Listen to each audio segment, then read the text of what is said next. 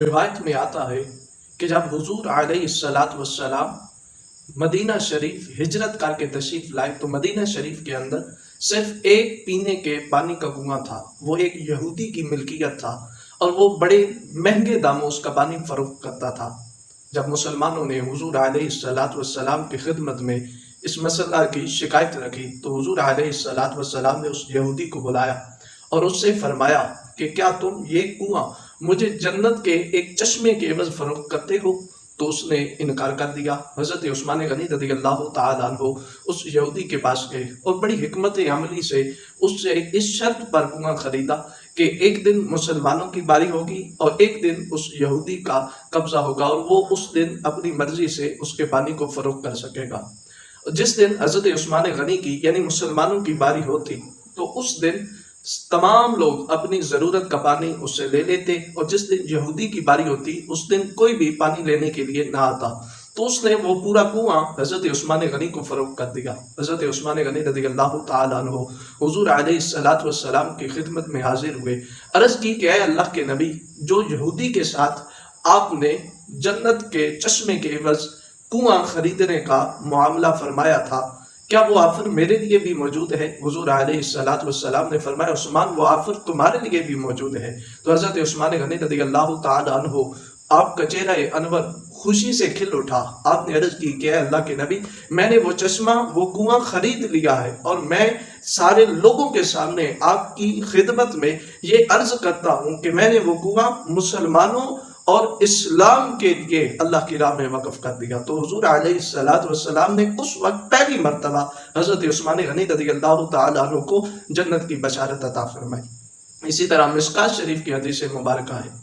کہ حضور علیہ الصلاۃ والسلام جنگ تبوک کے لیے صحابہ کو ترغیب دے رہے تھے کہ اپنے مال میں سے اللہ کی راہ میں کچھ خرچ کرو تاکہ یہ جنگ کا معاملہ خوش اسلوبی سے نمٹ جائے، مالی مسئلہ جنگ کے اندر پیش نہ آئے۔ حضرت عثمان غنی کھڑے ہو گئے، عرض کی کہ اللہ کے نبی، میں 100 اونٹ بما ساز و سامان کے اللہ کی راہ میں خرچ کرتا ہوں، آپ کی خدمت میں پیش کرتا ہوں۔ پھر حضور علیہ الصلاۃ والسلام نے ترغیب دلائی تو حضرت عثمان غنی رضی اللہ تعالیٰ عنہ آپ نے 200 اونٹ اللہ کی راہ میں خرچ کرنے کا اعلان فرمایا۔ پھر حضور علیہ الصلاۃ والسلام نے جب تیسری مرتبہ ترغیب دلائی تو حضرت عثمان غنی رضی اللہ تعالیٰ عنہ پھر کھڑے ہو گئے، عرض کی کہ اے اللہ کے نبی، میں 300 اونٹ بما ساز و سامان اللہ کی راہ میں خرچ کرتا ہوں، آپ کی خدمت میں پیش کرتا ہوں۔ تو راوی کہتے ہیں میں نے اپنی آنکھوں سے دیکھا کہ حضور علیہ الصلاۃ والسلام ممبر سے نیچے تشریف لا رہے تھے اور ساتھ یہ فرما رہے تھے کہ آج کے بعد میرے عثمان کو کوئی عمل بھی نقصان نہیں پہنچا سکتا، یعنی اللہ تبارک و تعالی حضرت عثمان غنی رضی اللہ تعالیٰ عنہ کو ہر گناہ سے محفوظ رکھے گا۔ حضرت نظام الدین اولیاء رحمۃ اللہ علیہ آپ نے اپنے مکتوبات شریف میں یہ روایت نقل کی ہے کہ حضرت عثمان غنی رضی اللہ تعالیٰ عنہ ایک بار حضور کی خدمت میں حاضر ہوئے، عرض کی کہ اے اللہ کے نبی، مجھے یہ اندیشہ ہے کہ کثرت مال کی وجہ سے مجھے اللہ اور اس کے رسول کی اطاعت میں کوئی خلل نہ واقع ہو جائے، تو آپ میرے لیے مال کی کمی کی دعا کیجیے۔ حضور علیہ الصلاۃ والسلام اب اس نیت سے اپنے مبارک ہاتھ اٹھانے لگے تھے کہ حضرت جبریل امین حاضر خدمت ہوئے، عرض کی، اللہ کا پیغام سنایا کہ اللہ تبارک و تعالیٰ ارشاد فرماتا ہے کہ حضرت عثمان غنی کے مال میں کمی کی اے میرے محبوب دعا نہ کرنا، کیونکہ عثمان میری راہ میں مال خرچ کرتا ہے، میں اس کے مال میں اضافہ کر دیتا ہوں۔ اسی طرح حضرت عثمان غنی رضی اللہ تعالیٰ عنہ کو حضور علیہ الصلاۃ والسلام کے ساتھ جو پیار تھا، جو محبت تھا، جو عشق تھا، اس کا ایک واقعہ آپ کی سماعتوں کے حوالے کرتا ہوں کہ حضرت عثمان غنی رضی اللہ تعالیٰ عنہ ایک دن حضور علیہ الصلاۃ والسلام کی خدمت میں حاضر ہوئے،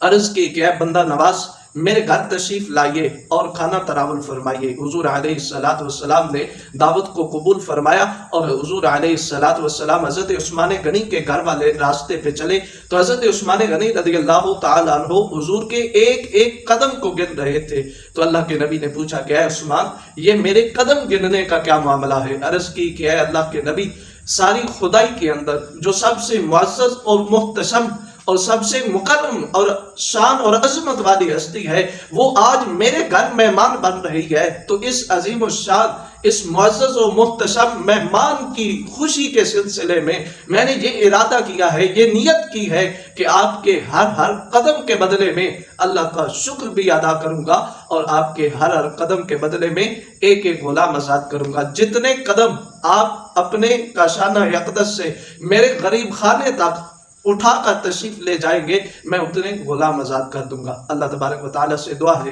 کہ خالق کائنات حضرت عثمان غنی رضی اللہ تعالیٰ عنہ کے اوصاف حمیدہ میں سے ہمیں بھی برکت عطا فرمائے، آمین۔